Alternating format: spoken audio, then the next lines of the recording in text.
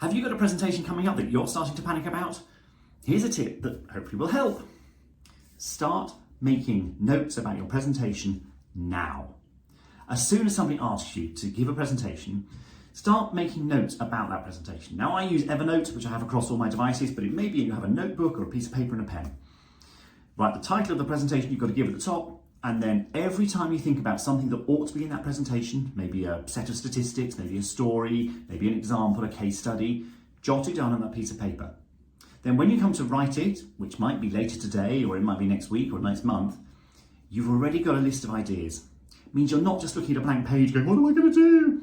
You can start editing, and not all those ideas will necessarily go into the final speech, but I find that's a really helpful way to make sure I capture as much as I can that I want to include in any presentation I give. At any given time, I've probably got half a dozen or more of those notes running for different presentations I've got coming up. So give it a try. I think you'll find it'll make you feel much more confident and actually lead to a much better presentation.